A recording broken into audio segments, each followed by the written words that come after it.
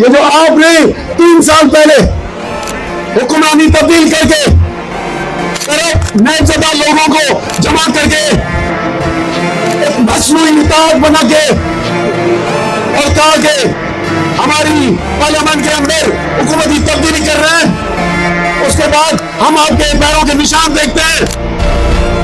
یہ آپ نے SIFC special investment facilitation council کے نام سے ہمارے فیڈریٹنگ یونٹس، ہماری ملکیتیں جو ہم پاکستان کے وفاق میں اپنی خود مختاری کے بنیاد پہ اس وعدے سے شامل ہوئے تھے کہ ہم اپنے سائل و وسائل کے مالک ہیں.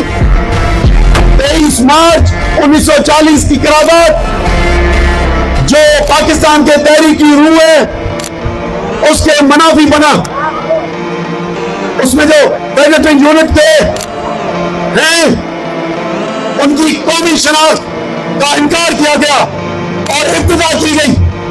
جو انگریزوں کے وقت میں بھی ہمارے ٹیکسز تھے، ہمارے صوبوں کے ٹیکسز تھے، وہ بھی لے لیے، لیکن چلتا آیا.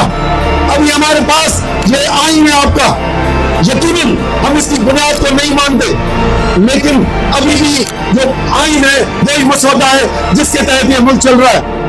لیکن پچھلے 3 سالوں میں آپ کی واردات خصوصاً پچھلے 23, 24 اور 25 میں اپنے SIFC کا ایکٹ، یہ شہباز شریف تھا، بلاول زرداری تھا، یہ جو وزراء تھے انہوں نے آگے بنایا،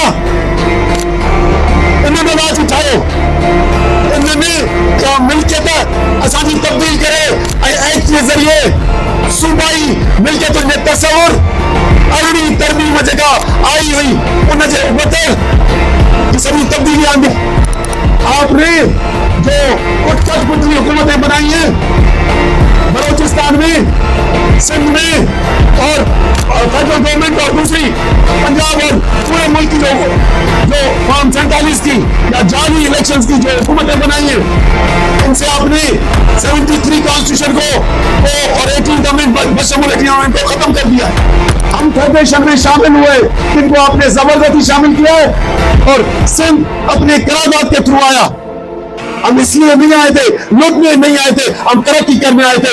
آج اب ہم سے پورے وسائل چھین کے اپنے دلال سیاستدانوں کے معرفت ہم پہ اگر بادشاہی کرنا چاہ رہے، اپنے شہباز شریف آپ کی تعریف کرتا ہے، ہر کام کہتا ہے کہ آپ کے توسط سے ہوتا ہے، زرداری آپ کی غلامی کرتا ہے، لیکن سندھ کے لوگوں نے بتا دیا ہے کہ پانی ہم نہیں دیں گے، مہربانی کرے اس سے آپ ہاتھ اٹھائیں ورنہ فیڈریشن آپ کی خطرے میں نہیں ہے.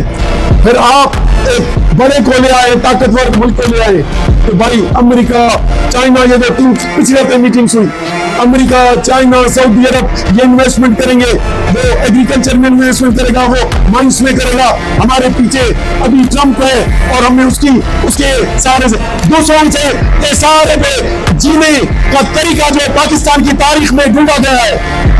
پاکستان بنانے کی یہ موجودہ یہ لائن ہے، ریڈ کلف کی لائن، وہاں سے لے کر سینٹو افغان وار کی بند، افغان وار 2، اور آپ نے سروسز دیکھے تاکہ ملک ہماری جو سیکیورٹی فورسز ہیں وہ ہمارے ملک کے تحفظ اور کمائی کا ذریعہ ہے.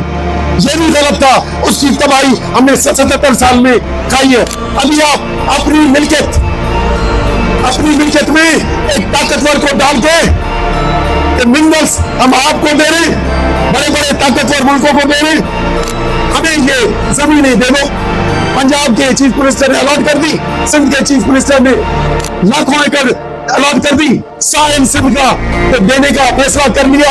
کہیں بدین سے الاٹ کی، کہیں کاماڑی سے الاٹ کی، کہیں ٹھٹا سے الاٹ کی، تو لاکھوں ایکڑ زمین آپ کو دے کے جا رہے ہیں. 21ویں صدی میں یہ کام نہیں چلے گا. آپ نے کر کے دیکھ لیا. آپ یہ وہ جن کو آپ نے الیکشن جتایا، جن کو حکمرانی دی اور معلوم بھی تھا کہ یہ کرب سے، کہا کہ ہم بڑے شیطان کو ختم کرنے کے لیے